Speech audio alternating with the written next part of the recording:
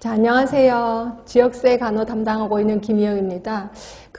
몇 년간 기출된 지역사회 간호 문제를 좀 분석해 보니까요. 대부분 문제가 우리 대학에서 사용하고 있는 교재를 그걸 그대로 옮기는 경향이 되게 많더라고요. 예전에 그러진 않았거든요. 근데 하여튼 몇 년 동안 문제가 좀 쉬워지고 나서부터는 책에 있는 내용을 그대로 옮겨놓고 슬쩍 거기에서 이제 단어를 물어보는 그런 것들이 좀 많아요. 그래서 제가 이번에 이제 모의고사는 교재 위주로 문제를 내려고 노력을 했습니다. 그래서 이제 제가 갖고 있는 교재가 한 10개 정도가 되는데 10개를 다 뒤져봐서 요 정도 문장을 딱 갖다 놓고 그다음에 거기서 이제 문제를 내고 이런 식으로 좀 문제를 냈습니다. 이러다 보니까 문제 자체가 굉장히 길어요. 요게 우리 특히 서울시에서 내는 문제의 특성이라고 보시면 돼요. 그래서 문제가 일단 기니까 문제를 읽어가는 도중에 잊어버리는 거지. 머리가 하얗게 되는 거지. 그래서 도대체 이건 뭐를 물어보는 거야? 이런 게까지 될 수가 있거든요. 그래서 요 모의고사 문제를 풀 때 문제를 꼼꼼히 읽는 연습을 좀 하세요. 그래야 현장에 가서도 문제를 읽어 내려가면서 머리가 하얗게 되는 일은 없도록 그렇게 연습을 좀 하시는 게 좋겠습니다.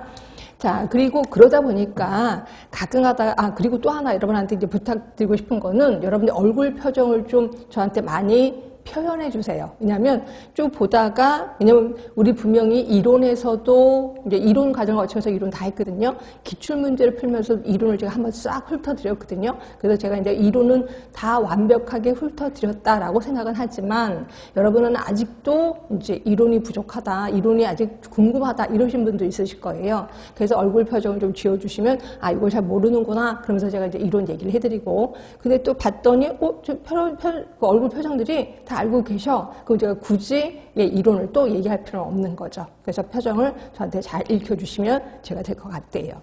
자, 그럼 그 정도로 좀 잔소리하고 바로 들어가서 이미 시험 문제는 다 받으셨을 거예요. 그리고 받고 이거는 좀 뭐가 부족하다라고 본인이 좀 느꼈을 거고, 이건 내가 좀 쉽다라고 느끼시긴 하셨을 겁니다. 일단 우리 문제 들어가겠습니다. 자, 1번 문제 보시면 보건교육에 대해서 문제가 나와요. 취침 이전에, 근데 1번 문제는 그렇게 어려운 건 아니야, 일단. 자, 이전에 반드시 치아를 깨끗이 닦는다로 학습 목표를 설정했어요. 자, 그럼 이거는 어느 영역이냐예요. 그러니까 저 같으면 어느 영역 중에 무슨 단계냐, 이것 좀 물어보고 싶었거든요. 근데 그렇게는 안 했고, 그냥 어느 영역이냐, 이것만 좀 물어봤습니다. 이것만으로도 좀 어려울 것 같은데, 일단 영역은 크게 3가지죠. 인지적 영역, 그 다음에 심리 운동 영역, 그다음에 정의적 영역. 그래서 크게 3개가 있을 거고, 여기에 각각의 단계도 있었던 거 알고 계실 겁니다. 지리적 분종평, 지식이의 적응 다 알고 계실 거예요. 적용. 그 다음에 지태, 지기, 복적. 창 알고 계시죠? 그 다음에 간반, 가조성 알고 계실 거예요. 자, 이 중에서 일단 취침하기 이전에 반드시 치아를 닦는다 라는 문장과 우리 문제에서는 깨끗이 닦는다 라는 문장이 있습니다. 그럼 저는 2가지를 좀 접근해 들어가고 싶어서, 일단 깨끗이라는 말이 없어. 그래서 취침하기 이전에 반드시 치아를 닦는다 라고 하면은 무슨 영역일까요? 자, 일단 인지적 영역은 아닐 것 같은 느낌이 드셔야 돼. 그쵸?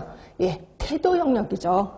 반드시 잠자기 전에 깨끗이 이를 닦아야 돼. 이러면 이건 정의적 영역이야. 근데 깨끗이라는 말이 들어가 있어. 그럼 깨끗이라는 거는 약간 스킬면이죠. 결국 얘는 심리운동 영역이라고 보시면 돼. 그래서 답은 거기 보시면 어느 목표 진수이냐면 심리운동 영역이에요. 그런데 답이 없는데요? 뭐가 답이 없어요? 기술 영역이라고 돼 있잖아요. 기술 영역이니까 답은 1번인데 보세요. 문제가 너무 쉽게 나왔잖아. 2번 지식 영역, 3번 지식 영역, 4번 지식 영역. 지식 영역은 아니라고 느껴야 돼. 그럼 결국 답은 1번밖에 없겠구나라고 느끼시면 될 것 같고요. 그럼 우리는 영역도 한번 찾아볼까 합니다. 자, 일단 첫 번째 제가 아까 얘기했던 취침하기 이전에 반드시 치아를 닦는다 라고 하면 정의적 영역이에요. 그럼 정의적 영역에서는 감수, 반응, 가치화, 조직화, 성격화 중에 어느 영역 같아요? 네, 일단 가치화 같지 않아요? 가치화, 그치? 그러니까 감수는 그 죽어가는 쥐를, 담배 연기에서 죽어가는 쥐를 이렇게 놀래서 쳐다보는 거고, 그다음에 반응하는 거잖아. 반응. 말로 얘기하는 거. 와, 연기 때문에 쥐가 죽을 수도 있네? 라고 얘기하는 거고, 그 다음에 가치화 같은 경우는 뭐 있었어요? 담배를 끊는 거를 여기저기 스티커를 붙여놓고, 그걸 타인이 볼 수가 있는 거. 관찰할 수 있는 거를 가치화라고 했잖아요. 그러니까 여기서 반드시 치아를 닦는다니까 가치화 쪽에 좀 들어갈 것 같고, 그러면 깨끗이 닦는다. 여기 이제 어느 영역에 들어가, 어느 단계에 들어가냐 이거죠. 일단 지태, 그죠? 지기, 복적창 중에서 얘는 지시에 따른 반응이죠. 지시에 따른 말은 얘지, 얘. 근데 얘는 아닐 것 같아요. 지시에 따른 반응은 아닐 것 같고, 기계화 쪽에 가까울 것 같기도 한데, 근데 복잡한 거 있죠. 너는 깨끗이, 아주 깨끗이 닦는다. 그러면 이게 이제 문장이 하나 더 있어야 될 것 같긴 하는데, 예를 들어서 취침하기 이전에 반드시 치아를 완벽하게 깨끗이 닦는다. 이런 말을 하면 복잡한 의적 반응 들어가요. 그죠? 근데 그냥 깨끗이 닦는다니까 얘는 기계화 쪽에 들어가지 않을까라는 생각이 좀 들자 합니다. 그래서 이런 것들은 자꾸 연습을 해보셔야 돼. 단어 하나 더 들어가고 그러면 이게 어느 수준이겠구나라고 느껴지셔야 돼. 일단 그거랑 상관없이 1번의 답은 1번이라고 보시면 되고요. 그 다음에 2번입니다. 평가 과정 기억하실려나요? 평가 과정은 맨 처음에, 자, 평가 과정 얘기해 주세요. 맨 처음에 기준을 설정해야 되겠죠. 자, 기준을 설정하고 나면 평가 자료를 수집합니다. 평가 자료 수집. 외우시라고 제가 얘기를 했을 거예요. 그리고 나서 이제 비교하죠. 평가 자료하고 실제로 한 거를 비교할 겁니다. 그리고 나면 가치 판단을 하는 거죠.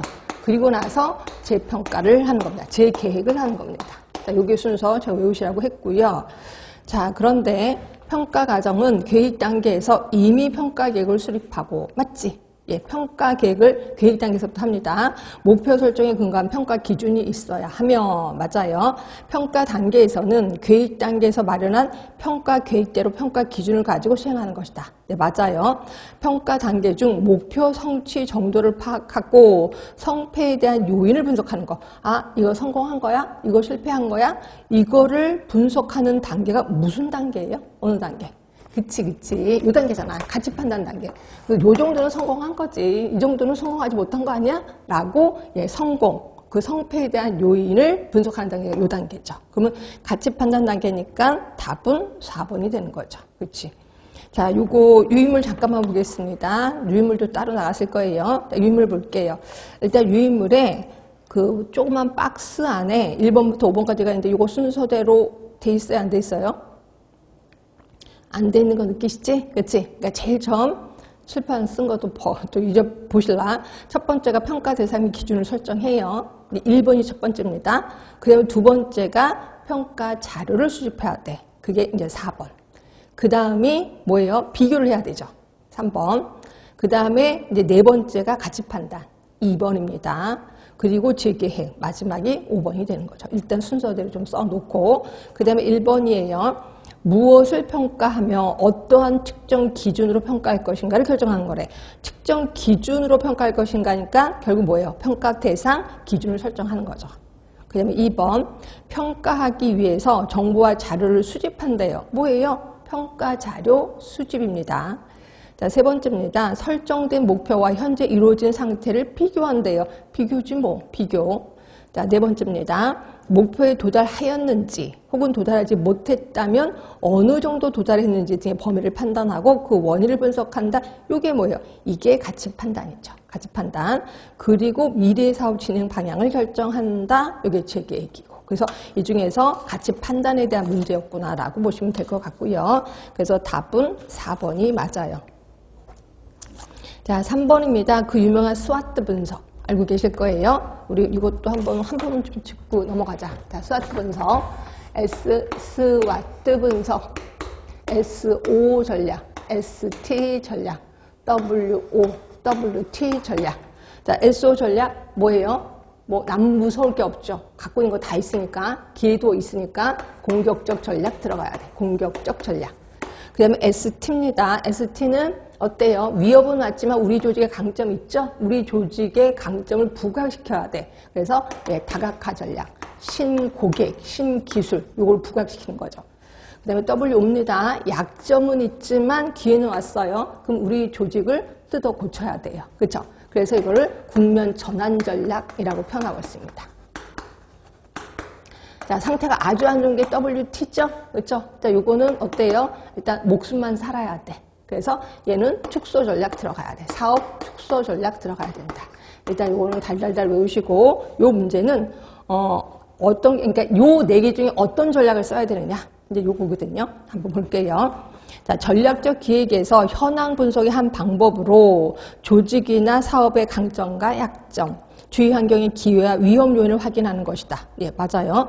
조직의 장단점을 분석한 결과 다음과 같은 전략을 제시했다면 이는 무슨 전략을 사용한 것인가? 자, 보건, 취소, 개소로 적극적인 만성질환을 관리하게 됐어요. 그럼 이거 어때요? 보건 취소가 개소됐고 그래서 적극적인 만성질환을 관리하게 됐다면 이게 솔직히 기회도 될 것 같긴 해. 기회도 될 것 같고 또는 우리 보건주소 우리 조직이라고 한다면 강점도 된단 말이에요. 결국 S도 되고 그 다음에 기회도 돼. O도 됩니다. 일단 둘 중에 하나예요. 두 번째, 건강생활 지도자 이용으로 건강증진 사업이 활성화가 됐어. 자, 건강생활 지도자가 우리 보건소의 인원은 아니지. 그죠? 외부 사람이란 말이에요. 그러니까 결국 외부 사람이랑 어떻게 조인을 해서 그 사람을 이용해서 건강증진 사업을 활성화해서 이거는 기회죠. 한마디로 기회입니다.